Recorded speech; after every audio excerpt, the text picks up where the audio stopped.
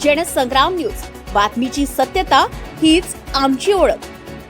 प्रशासन सर्वसामान्य नागरिकांसाठी की गुन्हेगारांसाठी? भ्रष्टाचारांचे प्रकरण दडपण्यासाठी नागरिकांवर सुरू केली दादागिरी। गुन्हेगार भावाच्या साह्याने रक्षिता मूनचा नवा उपद्व्याप। प्रत्यक्ष पुरावे समोर, मात्र प्रशासन भ्रष्ट रक्षिता मूनला वाचवण्यात मग्न।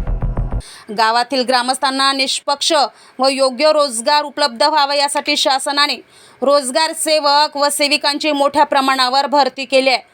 मात्र आता वर्धा जिल्ह्यातील देवळी तालुक्यातील दुर्गडा गावातील हीच रोजगार सेविका रक्षिता मून शासनाच्या पैशांवर डल्ला मारणारी भक्षिक असल्याचे समोर आले होते। यातच रक्षिता मूनने आपल्या स्वार्थासाठी पदाचा दुरुपयोग करून ग्रामस्थांच्या हक्काच्या पैशांवर डल्ला मारून ढेकरही घ्यायला तयार नाही। या उलट रक्षिताचा भ्रष्टाचार उघडकीस आणणाऱ्या ग्रामस्थांना चक्क मारहाण करत जीवे मारण्याची धमकी रक्षिता मून, तिचा पती प्रफुल्ल मून आणि भाऊ नरेश ताराचंद कांबळे हे देत असल्याची तक्रार पोलिसात दाखल झाली असून सोबतच सदर प्रकरणाचे लोक आयुक्त यांच्याकडेही तक्रार दाखल झाली आहे। नवून येताना रोडनं चाललो होतो तर ढोरा आडव्या आले होते, तर जे रक्षिता मून आहे यायनं त्याच्या नवऱ्यानं यायनं मला घरामध्ये ओढून मारलं।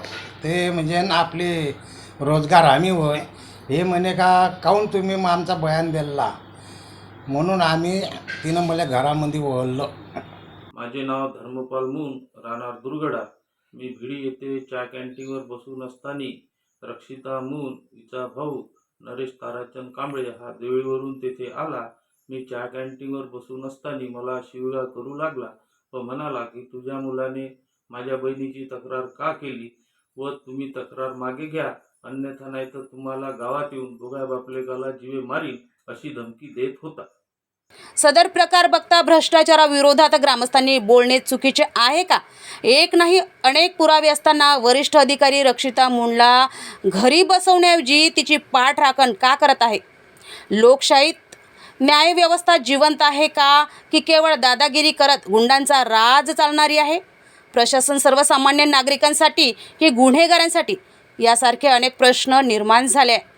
त्यामुळे सदर प्रकरणात रक्षिता मूनसह तिला वाचवणारे वरिष्ठ अधिकारी व प्रकरण दडपण्यासाठी कारभार करणारा तिचा लुचाड पती प्रफुल्ल मून व गावगुंड भाऊ नरेश कांबळे, ज्यावर याआधी MPDA अंतर्गत कारवाई झाल्याचेही बोलल्या जात आहे, अशा गावगुंडांविरोधात कारवाई होणार की सत्य बोलणाऱ्यांचा आवाज दाबला जाणार हे बघणे लक्षणीय ठरणार आहे। पलाश उमाटे, जनसंग्राम न्यूज, वर्धा।